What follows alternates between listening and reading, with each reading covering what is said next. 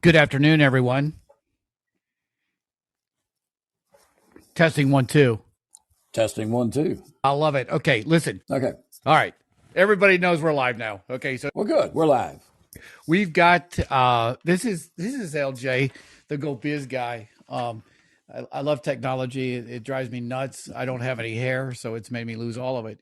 And this is the Go Biz Guy, the podcast for entrepreneurs by entrepreneurs. Today we have an amazing guest, and I'm not going to read all of his bio, but we're going to spend a lot of time going down some stuff because a very interesting guy and have a lot of questions and everything. But so listen, today's podcast is brought to you in part by Focus Marketing Company. Focus Marketing Company is more than just a marketing agency.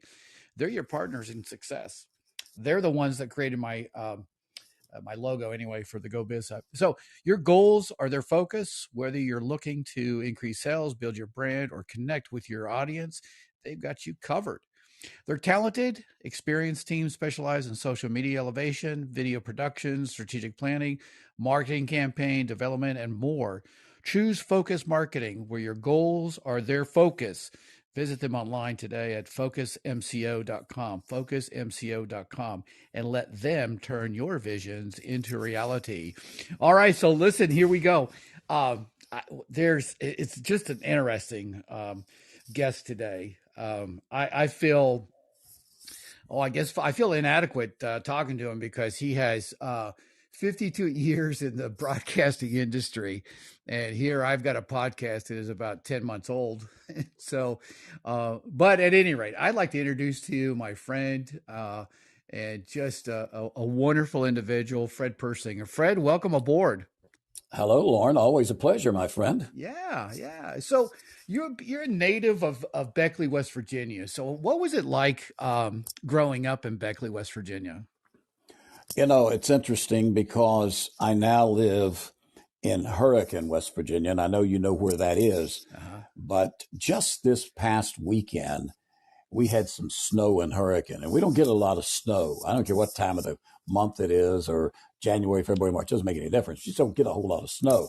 But this weekend, we probably got 7 inches of snow, and it brought me back to my time spent in Beckley because that 7 inches in Hurricane is probably 12, 13 inches in Beckley because Beckley has such a high elevation. But growing up in Beckley, actually, long story shorter, if I can, I grew up in a little town called Ed White, Oh wow. West Virginia. Where's that at? Yeah.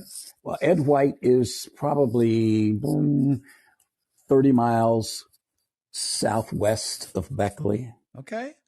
And I grew up in a coal mining town. My dad, like a lot of dads, was a coal miner. We grew up there, and then we eventually, as they say, started to move up the river and ended up in Beckley. But actually, I didn't live in Beckley as a child at all. I didn't live actually in Beckley until I spent 4 years with the United States Navy. Oh, did And you? when I got, Congratulations. yes, I Yeah, did. yeah. During the height of the Vietnam conflict was when I was in the service. Wow. So I was there for 4 years. I'll never forget that time period because it was a crazy time period, to be fair. But yet I was very fortunate. I was on the USS Springfield, which was a guided missile light cruiser. Oh wow. And we just happened to be the flagship for the admiral of the Second Fleet, which was the Atlantic side. Dang. And so I was fortunate. I never had to go over towards Vietnam at all. I stayed on the eastern side, and I was at sea for 3 years. Our sea duty tour was 3 years, but I've been to Spain, France, Portugal, England, you name it. I've been to Oslo, Norway. Oh wow. Wherever the admiral wanted to go, that's where we went. Yeah. Simple enough. Yeah. And I mean, I spent Easter vacation one time at Fort Lauderdale, Florida. He was also the parade marshal at a Mardi Gras. Oh, I was wow. in New Orleans for a week. Wow. We spent it was just a wonderful, wonderful time. And actually, while I was on board ship, I worked for the admiral. And so it was getting time for me to get out of sea duty. I still had another year left on my commitment to the Navy. And the admiral said, "Where do you want to go?" Well, in the meantime, I had gotten married, and I said, "Well, my wife wants to get closer to home." And the admiral was a great guy. And I'll never forget him, Admiral Giannetti. He said, Giannetti, and he had the snow white hair. That was unbelievable. Right. But he was a 4-star admiral. He said, "Look, I know you're from Beckley, West Virginia, that area, right?" And I said, "Yes." And he said, "Closest I can get you is the Pentagon." Oh my gosh. So I spent my last year in the Navy, I spent at the Pentagon. Wow. Looking for another admiral. And the other admiral said, when I was getting ready to get out, he said, "Fred, you got another 2 years here, and then I'll send you anywhere you want to go if you just enlist now." Well, my wife wanted me to get out of the service, and I bet. So I did. Yeah. And we went back to West Virginia, and we started our life together in Beckley. So, yeah. Well, so what an awesome story and everything. I mean, my dad was in the Navy. I almost went in the Navy. I signed up for nuclear sub duty because I grew up in Ventura, California, so I was kind of an ocean nut anyway. And but I tell you what, I mean, I maybe this is way too much information, but I went into San Diego to get my physical and everything. And like I said, maybe this is too much information, but so they got you all like butt naked and everything. And then, that's right. And then they ask you to bend over. And I thought, oh my God. And there was a guy going around and checking your butthole, man. Okay. I mean, I said, you know what? I probably don't need to be in this kind of an environment. Okay. I mean, if I bend over to get my soap, it's going to be dangerous. Okay. So anyway, my friends, my high school friends talked me out of it. And I just because of that one incident, bro. I mean, it was crazy. It was a great 4 years of my life. Oh, I bet. I'll never forget boot camp. We spent boot camp at Great Lakes, Illinois. And I'll never forget you. Of course, it makes sense, right? If you're going to be in the Navy, you have to know how to swim. Yeah, right? Yeah. That's a given. Yeah. So they were giving us swimming tests, I don't know, our second week, I guess it was, in boot camp. And it had been raining and everything. So we were going inside to this huge pool, and they had everyone marching side by side, and we were going up, and you went up to a 10-foot platform, and you jumped in to the deep end. Guy was standing beside of me as we were marching up through there. He said, "Can you swim?" And I said, "Well, yes." And he said, "I can't swim." Oh my gosh. I said, "What are you doing here?" And he said, "I want to join the Navy, but I can't swim." And I said, "Well, I'm sure when because what happens when you got up to the top of the platform, there was a first-class petty officer, and I stood on one side, and my buddy stood on the other side. And it was so funny. And I said, "Well, don't worry about it." I said, "I'm sure when we get up there, they will ask you if you can swim." Well, guess what? They don't. They don't. They don't ask you. So when we got up there, there was this guy off to my right, and he was actually, for some way, he ended up like 2 places ahead of me. So I was still behind him. And he said, and the first class petty officer said, "Jump, sailor." And my buddy just stood there. He stood there. And the first class petty officer said, "I said, jump, sailor." And my buddy said, "Sir, I cannot swim." He said, first class petty officer said, "I didn't ask you if you could swim. I said, jump." And he pushed him in. Oh, it was so funny. But they had guys there, of course, to get you if you couldn't swim. And then you became an NQS, a non-qualified swimmer. And if you couldn't learn to swim, now who couldn't learn to swim? But there were several in our crew that could not learn to swim, and they got out of the Navy. Wow. Yeah, simple. Yeah, and part of me, kind of, I don't second guess God, but I just like, he had other plans for me. And, sure. And I ended up marrying into a coal miner's family and from Sophia, West Virginia. Oh yeah. And so, I kind of understand that environment, but so I think what's cool about growing up in West Virginia, because, here I am, a transplant from California. I went to Liberty University, and I was there when Jerry Falwell was just getting the college started, basically. So I'm really dating myself. But at any rate, what was interesting is that growing up in California was very, very different. And so I had a culture shock coming into West Virginia. I had a really culture shock when I went to Sophia, West Virginia, and I saw one side of the street. Okay. And I've never been exposed to that in my whole life. And I thought, what's going on? Did they run out of money and not build the other side? I mean, It's still one side, by yeah, the I way. know. Yeah, yeah, yeah. So I couldn't believe it. But when I went into that home, and I think this is, did your mother work just as a sidebar? Did, No, okay. All no, right. my mother did not work. She stayed at home and took care. I was the only boy in my family, and I had three sisters. I had an Okay. older sister and two younger sisters. Okay. So, so getting back to my experience with a coal miner's family, I was because I had a terrible family life. I really did. It was not good in California. I don't know what you call families that are topsy turvy, but anyway. So when I got into there was something about the core ethics of a coal miner's family that really intrigued me, and it really intrigued me about the whole experience of that culture because it was a culture shock to me, and I don't know. I just became enamored, and um, they took me. I remember this because they knew I was from California, and they took me snipe hunting. Okay, and I don't. Have you ever been snipe hunting? I never have. No. Gosh, this is a West Virginia thing, brother. I'm surprised you didn't go Uh, snipe hunting, man. my hunting, Lauren, let's be fair here now. My hunting, I went hunting one time. One time when I was, I don't know, probably 19 years old. Okay, Okay. all right. And it was on Thanksgiving morning. My brother in law said, "Hey, we're going hunting." I said, "No, I don't want to go hunting." He said, "Come on, we're going hunting, going deer hunting. Thanksgiving morning. That's what you do." Yeah. Yeah. So I went deer hunting with my brother in law. I sat at a tree, froze to death, never saw one deer, and missed Thanksgiving dinner. Oh, that's not good. Now, you think I'm a hunter? I don't think so. Never been back.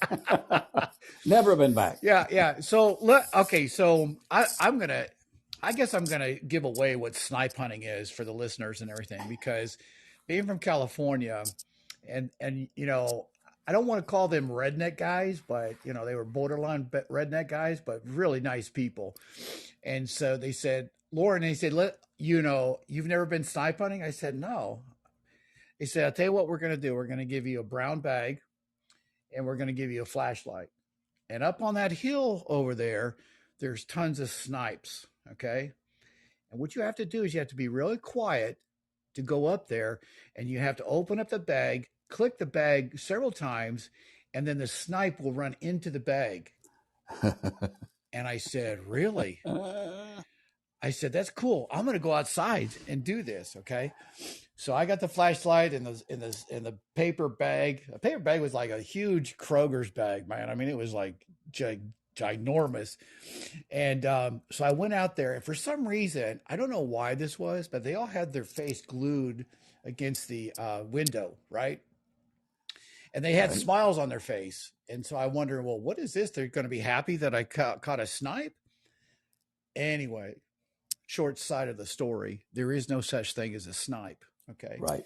and Right. and so I mean it's just like anyway, but I thoroughly enjoyed the experiences there in Sofia, and you know I'm not married to her now, but we raised three kids, West Virginia kids, and again, the core values, despite whether we were divorced or not, the core values existed, and they run through my veins. I had good core values, being an entrepreneur. My dad was kind of an entrepreneur, worked a full time job, but I think it's interesting in the transition of our life that God has a plan. He puts us in this little, um, I don't know, microcosm type of bubble for a while, and then we learn about things. And so I think growing up in Beckley was I mean I thoroughly enjoyed, and I go by Beckley periodically on business or something. And well, no, not so much business anymore. I'm kind of semi-retired, and but I just think it's a neat place. West Virginia has a culture. My wife and I went on a trip. Maybe you caught it on Facebook. She's ill with cancer and everything, I knew that. and Yes. and I took her on a cruise yesterday to Grayson Lake, and it was interesting because we talked about some things about God's plan for our lives and stuff. But I think it's just a microcosm of where He takes us, and so I'll stop going that direction. But at any rate, listen, you were in the radio business for 52 years. You started your radio career at WWNR AM 62 in Beckley, West Virginia. You stayed there for 9 years. What made you transition from the Navy into the radio world? It's a very, very simple answer. I got out of the Navy. As I mentioned, I was married and I needed a job. When you're married, you have to go to work. You have Right? to bring home the money, right? So there was an ad. Remember when they used to run help wanted ads in the local newspaper? Oh yeah, all the time. Yeah. Oh yeah, all the time. So there was an ad in the local newspaper that WWNR was advertising for a continuity director. A Now, continuity director. That's right. interesting. And what? Yeah. Well, okay. It's simple. What it is, it's a copywriter, the Okay. person that writes all the commercials. Okay. Now, I had never written a commercial in my life. Really? But oh no, I mean, I just got out of the Navy. I didn't know anything about commercials. I didn't know anything about radio, Okay. except you turned it on and listened to it. Yeah. So I applied for the job. They had me write a commercial, and I don't know. Well, you said you were around Sophia, so you remember the old Hills department store? Yeah. Oh my gosh. Yeah. That we. Yeah. I Okay, I used to go all there all right. the time. I wrote a commercial, a 60-second commercial for Hills department store. They loved it. I got the job, and the rest, as they say, is history. And I'm still in radio today. Wow. And so you said you were a jack of all trades, and let's define this because entrepreneurs themselves are jack of all trades. And I think what's interesting in the business world, if a company lets you and defines your personality, and this is a philosophy of mine in business, if you if you have an entrepreneur mind within your business structure and they cut you loose and let you expand and reward you accordingly, you can become jack of all trades. No doubt. No doubt. And I think that is something that every person should aspire to. I don't think you should ever be happy. Just, okay, here is my spot, Excuse me. and I'm going to stay in my spot. No, I've never been that way. I advanced after writing continuity for a year or so. Then I became the office manager in that same building. I moved into sales. I was the sales manager, and I became the station manager before I decided to leave. Now, in all of that, I also got into broadcasting. And as far as actually being on the radio and having a radio program, I've done that so many times. But I actually got into the sports end of it, doing a lot of play-by-play, which I still to this day continue to do. So, no, they said, hey, oh, you can do that? Okay, fine, go. And so I Okay. just was doing things that I wanted to do. And I think that comes with the old adage, Lauren, that if you're doing something that you genuinely love, and we hear Yeah. this a lot, if you're doing something you genuinely love, then you're not working. And I don't work. I really don't. I think I have it made. And that's so awesome because it goes back to that jack of all trades again, man. Because every job I've had, I never wanted to like climb and I don't know, I've been kind of a subcontractor most of my life and working for companies. And, one time I was in sales and I had a $1.5 million nugget hanging over my head in about 3 states and everything. And I just thoroughly enjoyed it. Okay. And not everybody can work out of their house like I did, but I conquered that and was go ready. But I think when you're jack of all trades and you're into in a business environment, I think you're right. I think your passion overcomes all the objectives and all the staffing and all the people problems that follow us. Okay, because we're all in the people business, and when you become the jack of all trades, I think it's just a God given thing that you have a passion where you're at, and so I so I just think it's important. I had a consulting company. I was let go of a corporate job because I have an entrepreneur DNA. I call it a sickness. My entrepreneurship, but I think because I was able to turn on a dime within, I got unemployment, and then I went on to contact some companies, and I was able to analyze their business and everything. And long story short, I got custody of my kids the same day I was let go of this corporate job. But the fact of the matter is that when you're a jack of all trades, you can turn on a dime and make something happen within your company. Yeah, I think that's very very true, and again, I think just having the freedom to be able to do what you like to do, and then also being productive. I mean, just because you like to do something, you better be productive at it, Right? or you'll go back to getting in that little spot I talked about. So, Yeah. no, I think you have to be productive, and I like to think I have been, whether it's at those days at WWNR, where I spent 9 years there, and I go back to my junior achievement days then. Let's talk Uh, about that for a second. okay, Okay. let's do that. Yeah. Yeah, I Yeah. loved Let's it. let's talk about junior achievement. That I don't know whether you knew this or not. I was probably when you and I met was through junior achievement, I believe.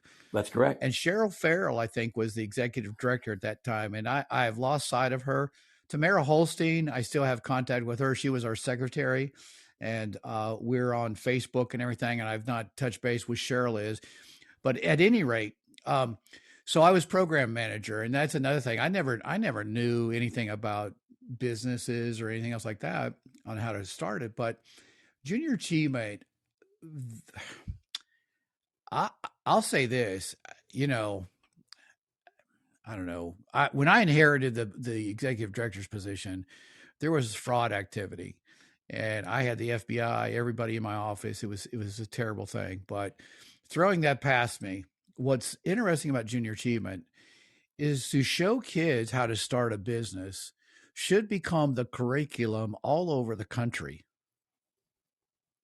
Agree. I had some wonderful juniors and seniors from high school that we worked with at WWNR, and in fact, there were several companies around. There were several junior achievement programs around the state, and I was heading up the Raleigh County Junior Achievement programs, and we had several companies within that umbrella. But there were a couple of times we were named the Junior Achievement Company of the state, Yes. and that was all on the kids. I mean, it's amazing when you just, you give them something and they can take it and run with it. We had a bank. We actually had a newspaper we ran. And I mean, that's going Wow. ahead and printing the papers and the whole thing. It was amazing. It was so much fun. And then, of course, you could get those built kits. You Yeah. get you Yeah. get the kit, you got to put it together, then you go sell it. Yeah. We had a couple of those. So yeah, it was fun. We did it. My co-host, I had a morning show in Beckley, and then my co-host, God rest her soul, Lori Vasilio, Oh wow. worked with it for me, and it was wonderful. I had a wonderful time. Well, and I go back to I did too. I mean, being in the nonprofit business and everything else like that. I mean, yeah, we did have several chapters throughout the state and everything. And Kanawha was supposed to be the largest one, but there was growth and everything in all quadrants. And I was almost hired at the corporate office in Colorado, but I decided not to do that. But at any rate, I think it's important when we take a look at the philosophy that high school kids, and it's been interesting because I've been in Charleston a couple times, and of course I've aged a little bit, but for some reason people either hear me laugh or they recognize my voice and they come up to me and say, "Hey, Mr. Jordan." I say, "No, you don't need to stop calling me that. Just call me Lauren." And they said, "Man, I'm a lawyer now, and I give kudos to junior achievement, da da da da da." So there you go, right? I mean, Yeah, you're right. it touched lives, and you don't realize how important that was. And so, at one time, um, I put it before a lot of people. We had this huge influx of electronics and satellite distribution of education. We took it to the Board of Education at the state level and tried to get it into the economic curriculum, and that was kind of an interesting process. We never were awarded that, but I just I think I learned a lot more about free enterprise, being that, and then being the director of that. And so I and the organization has folded in West Virginia. It's no longer existing, Right. and because I'll stop this because I inherited a huge deficit. I inherited a lot of problems, and I guess maybe I'm bragging on myself, but I turned that dime around, and I was able to become a very profitable nonprofit. And so I left them with about $200,000 in the bank. And they say, well, that's not very much. It is for a nonprofit. So I was on another board of directors. I was a president of this board of directors, and it was interesting because the CPA for that nonprofit used to serve on the board of Junior Achievement. And he said, "Man," he said, "they spent that money and went broke." And I thought, "Oh my Wow. gosh!" So Yeah, it enough was about Junior Achievement. Let's enough about JA. yeah. JA was great for me, and I enjoyed my time. And but then I left WWNR in 1980 only because I was the first employee hired at a brand new 50,000 watt FM station located in Fayette County, Wow. and I actually put it on the air. So it was a wonderful, wonderful thing. I stayed there. Well, how long did I stay there? I stayed there for 21 years, and then came to work for the network that I work for now, the Metro News Radio and Television Network. So it was just one of those. It was a good time. I did the morning show with, it was myself and Lori. We did that for 15 years. And at the time, I was also doing the play-by-play for the Flying Eagles of Beckley, Woodrow Wilson High School, basketball and football and baseball games we would do. And it was even at that time period, you mentioned Liberty University. It was at that time period, late, I would say in the the late 90s, the very late 90s. I was hired to do on a separate contract, I was doing the play-by-play announcing for West Virginia Tech, Oh the wow. Golden Bears. Yeah. And we played football one Saturday night at Liberty University. Oh wow. So, and Yeah. I was in my broadcast booth, right next to me was Jerry Falwell. Oh my So, gosh. yes, so I called the game for the Golden Bears, and down at the home of the Liberty Flames, and Yes. it was a good time. It was a good time. I enjoyed that immensely. I really did. Well, as a sidebar, when I was working, I worked, like I said, 40 hours a week, took 17 hours at Liberty University. And I worked on the janitorial staff. I painted. I was jack of all trades when I was trying to do stuff. And Jerry would bring us pizza and sit down and chat with us on the steps and just say, "Hey, here's some pizza. Hope you guys enjoy it," and just chat a little bit about life and some other things. He wouldn't stay very long, but Right. you know what? I mean, I appreciated that a lot, and Sure. so I mean, it's pretty cool. And so that you got a chance to meet him, that's pretty I awesome. did. Yeah, I Yeah, did indeed. yeah. But I think to talk a little bit about, help me out with a 50,000 watt. I Mm-hmm. don't know that much about radio signals, but I think, to be honest with you, I think what's happened is they've harnessed the radio frequencies and developed Wi-Fi from a technical perspective, I think. But how does a 50 watt, how does that work so that, I mean, that's impressive for you to say 50 watts, 50,000 watts. 50,000 watts. Yeah. It was, we had a transmitter tower up on the hill, up on a very, very high hill in the town of Mount Hope, West Virginia. And we covered that signal, covered roughly 12 counties Okay. in and around the Beckley area. And that's just when FM was really, really starting Okay. to get its feet wet. There were a few FM stations around, but most of them were playing religious music because it was something brand new on the dial, and Okay. people still got their American Top 40 or their country music from the AM band. FM had just started, and in fact, the owner that had the license was former West Virginia United States Congressman Nick Rahall. Oh, I know that name very well. Yeah, I know. And I'd worked for Nick's dad in Joe Rahall at WWNR. And then when Nick decided to venture out on his own before he became a congressman, and he got the license, and I was very happy. I was the first employee he hired. Wow. And we put it on together, and it was just a wonderful, wonderful time. I stayed there for a long, long time. I was still working on a separate contract with the network. Doing the things that I do even to today, as far as the radio play-by-play and some television play-by-play on basketball and football and baseball. But then it just got to a point where Nick and his other owner decided to sell the stations. And Lauren, it's when you've been doing things for so long, what's the old saying? It's tough to teach an old dog new tricks. Yeah, right. Yeah. And they wanted to teach this old dog a couple of new tricks.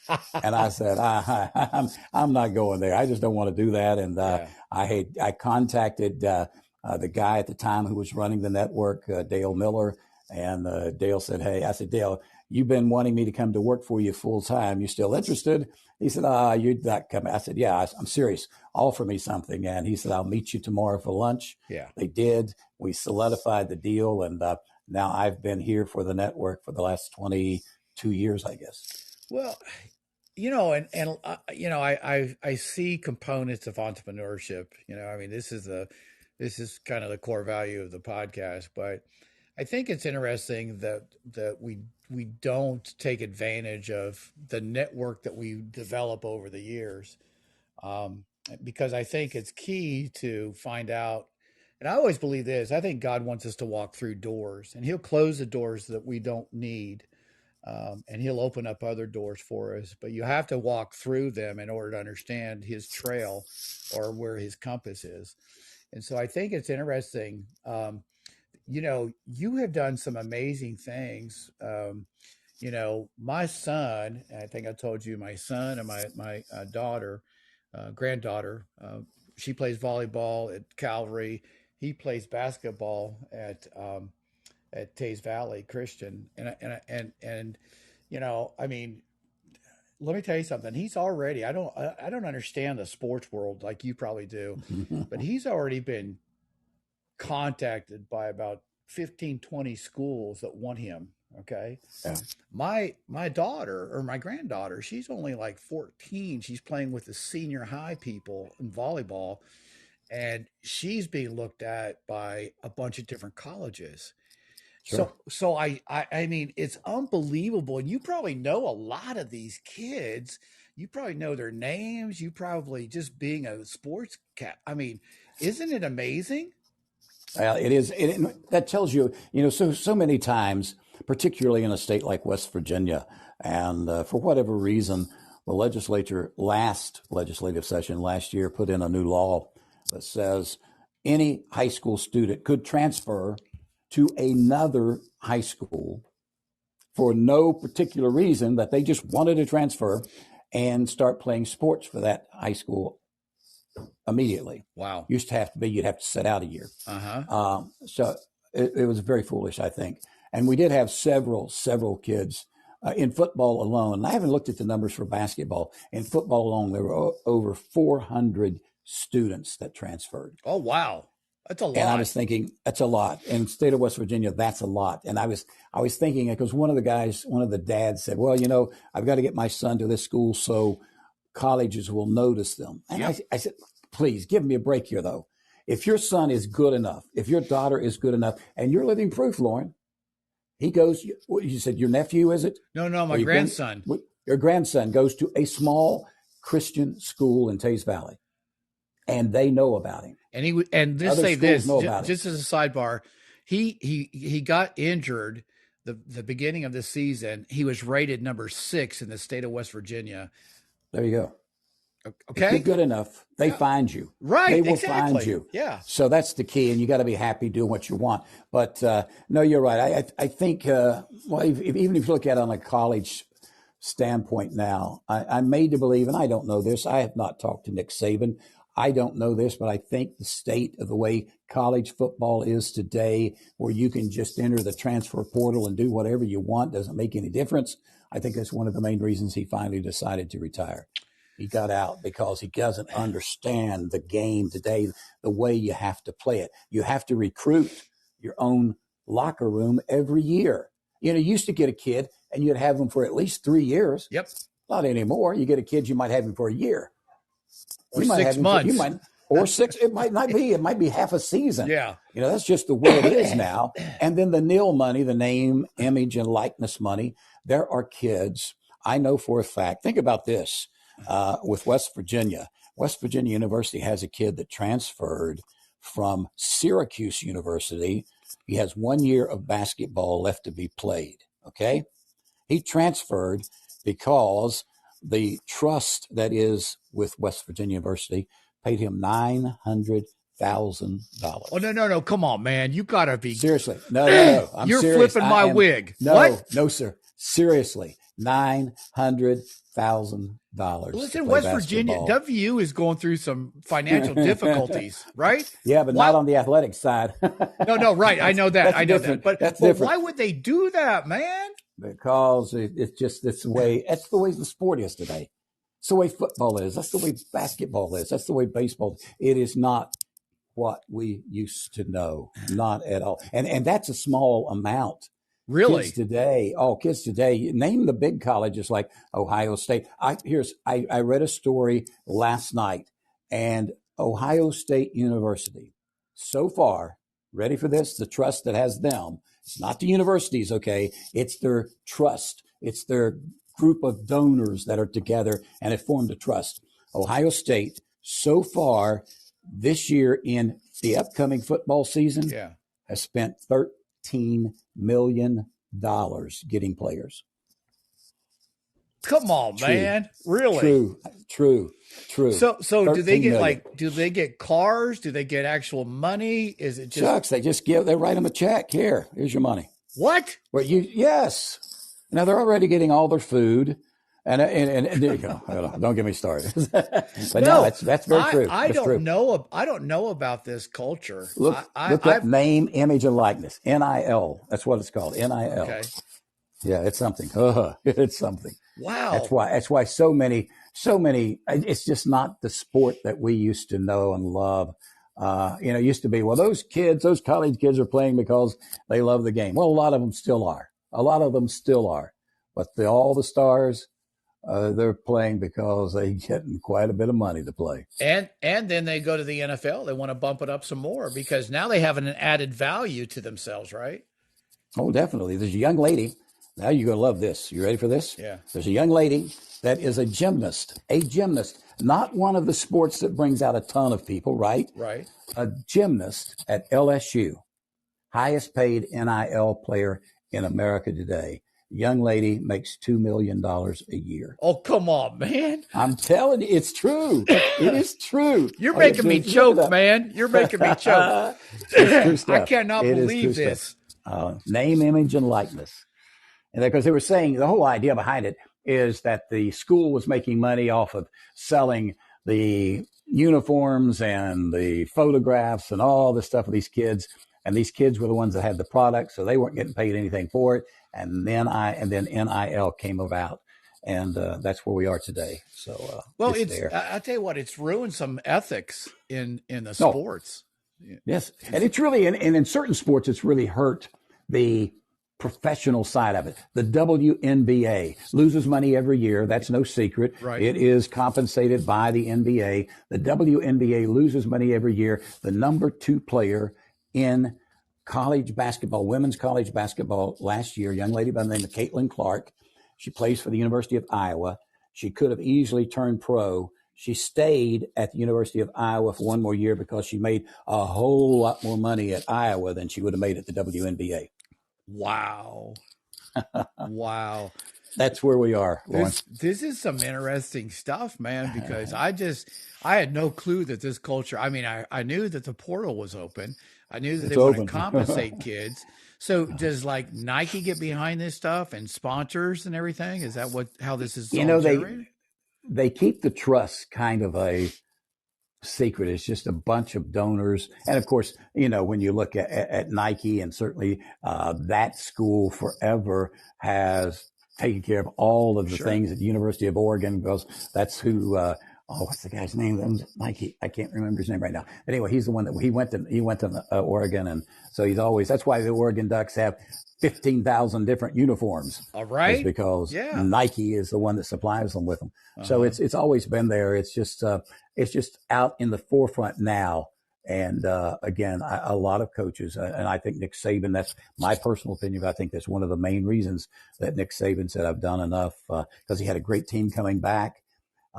It's just he was still winning. He was in the college football playoffs just this past year. Yeah.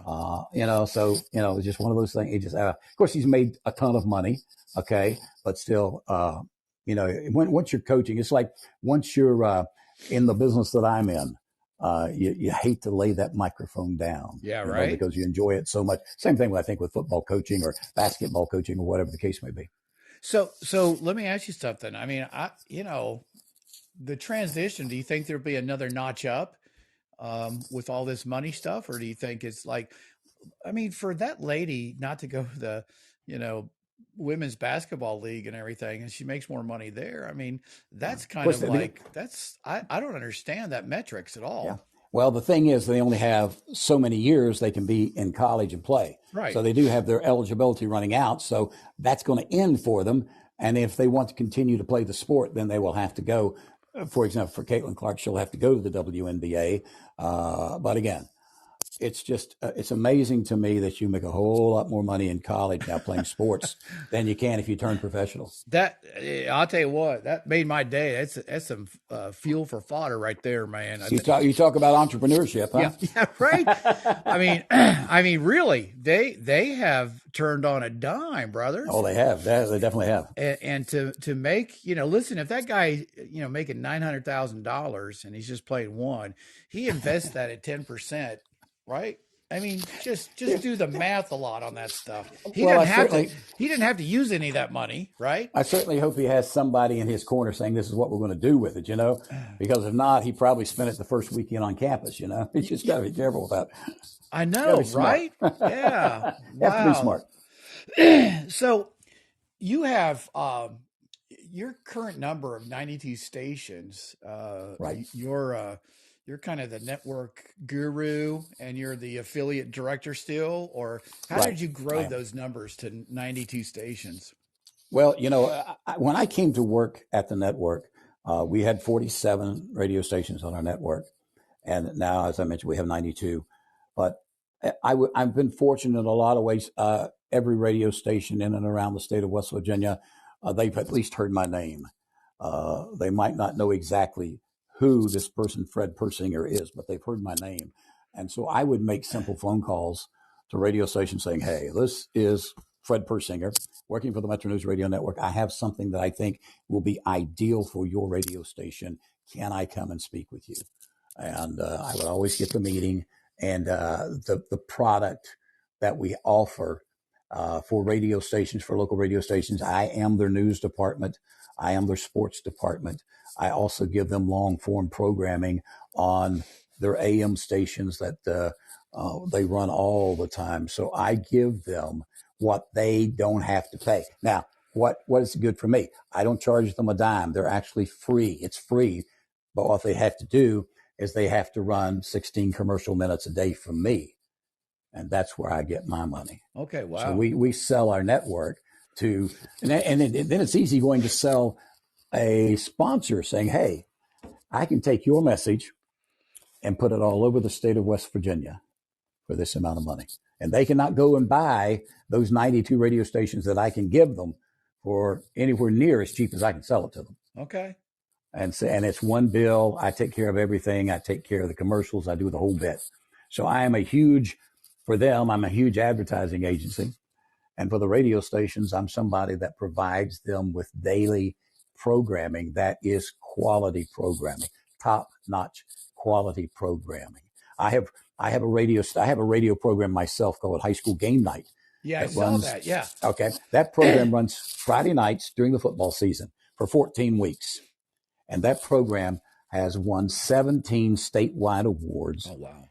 We have won 4 national awards as the best sports program in the country. Congratulations, man. That's awesome. Yeah. And you know what it's about? It's about high school football. Yeah. So I tell everyone, it's not Fred Persinger. It's not my co-host. We sat there for 2.5 hours giving scores on Friday nights, talking with coaches and players. It's high school football. Yeah. That's what sells it in West Virginia. Yeah. High school football. Yeah. And, I just happened to be right place, right time when I've made the program.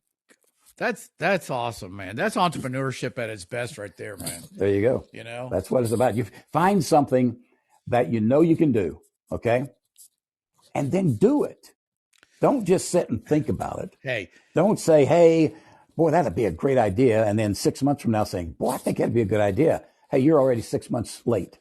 Should have started it when you thought about it. Hey, this podcast has been in the back of my mind for years. No, about a year. And I've talked to friends, and I went to lunch with this friend of mine, and he said, man, you ought to do it. He said, you just need to step that one foot. He said, you're an entrepreneur. Just do it. Sure. Do it. Just do it. So I made that decision, and FocusMCO.com, not a granddaughter, but our daughter and son-in-law, they own that company. And she used to work for Jeff Kidd at 102. Oh, yeah. And she got her fame being a sports announcer, or not a sports announcer, but being a DJ there. Mm-hmm. And it's amazing how she is well respected in the community because she worked with Jeff, right? Sure.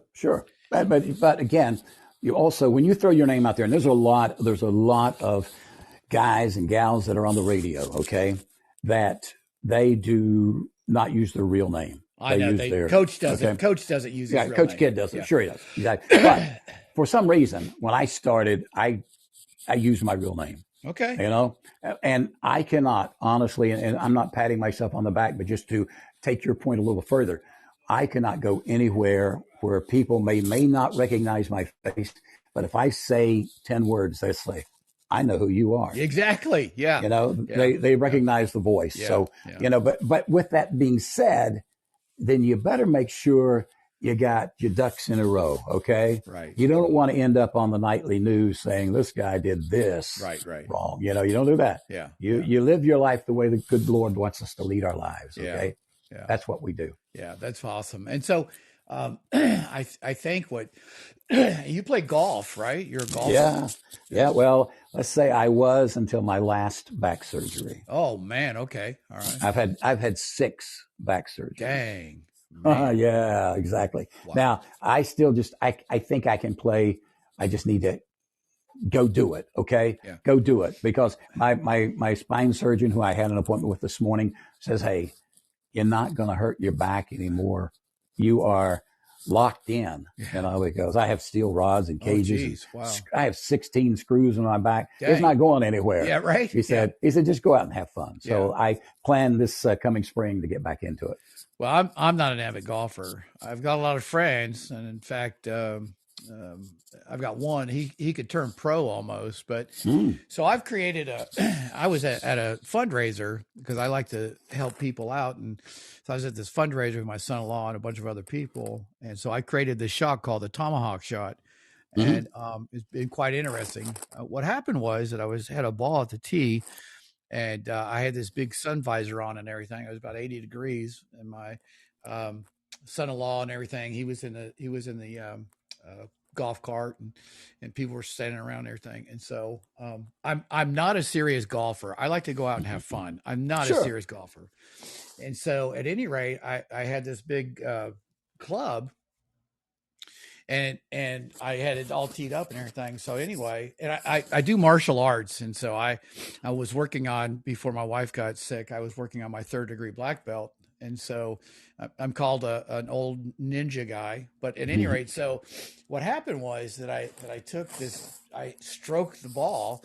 It hit the bill of my hat, went up in the air. I took the golf club, and act like a tomahawk, and I hit it, and it went 25 feet. I swear, Fred, everybody died laughing.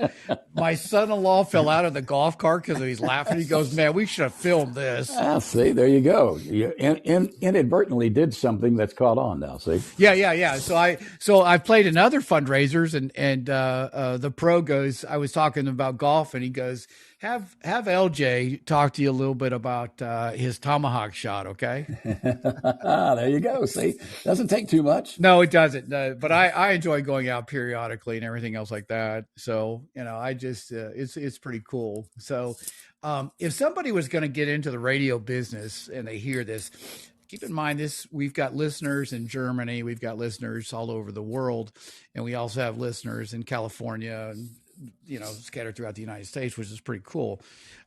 I'm trying to learn the art of sponsorships. Maybe you and I can have a sidebar, go to lunch or something, and Sure. I need to learn about how to get more sponsors on my podcast. But Play more golf. Hey, you would be shocked. Yeah. You would be shocked Okay. the number of business deals that are done on a golf course. Oh yeah. I know Yeah. that. Yeah, Yeah. and my friend swears by it and everything. I was like, Definitely. yeah, but I I've had several and everything. I just need to get better at it and stuff like that. But so at any rate, your son, your parents have two Right. sons. Is that correct? Right. We're my wife Jan and I. We just celebrated our 54th wedding anniversary. Congratulations, brother. Oh yeah, and she's you talked about your wife, and my wife has had some serious health problems. We not too long ago we went through a kidney transplant. And Oh my gosh, brother. it's been on and on. She was on dialysis for 4.5 years, and I was the one that gave her the dialysis in our home. Wow. So it's So been you can, wonderful though. yeah. So you can kind of relate to what we're going through. Exactly. I've been through that, and thank the good Lord, she's coming through it okay. She still has zero immune system, and Yes. we've had the bad weather. She has not been out of the house since right before Christmas because Right. she just can't go anywhere. You just don't take those chances. No. But we have two sons. My oldest son is the operations manager at WJLS FM in Beckley, West Virginia, and my youngest son is the chairman of the special ed department at Huntington High School. That's awesome. Yeah. That's totally. They went totally two different ways when you look at each other. But my oldest son wanted to follow in my footsteps, and I think my youngest son saw how much work I put in and how many nights I was gone, and he said, I want a job where I can get. He said, there's 3 reasons I'm a school teacher: June, July, and August. Yeah, right. Because they don't work that time. Yeah, right. But he loves working with the kids, the special ed department, and that just blesses my soul to see that happening. So we have been blessed. We really have. That's awesome. Fred, listen, thank you so much. Just a joy to have you on the podcast. We're going to be spreading this out to over 100,000 people in my social media peeps and stuff. And I just really appreciate you and appreciate getting to know you in the Junior Achievement Days and continuing our friendship. So God bless you, and just continue to be you. Thank you, Lauren. It's been a pleasure, my friend, and let's stay in touch. Yes, let's do that. Thank you very much. Uh-huh.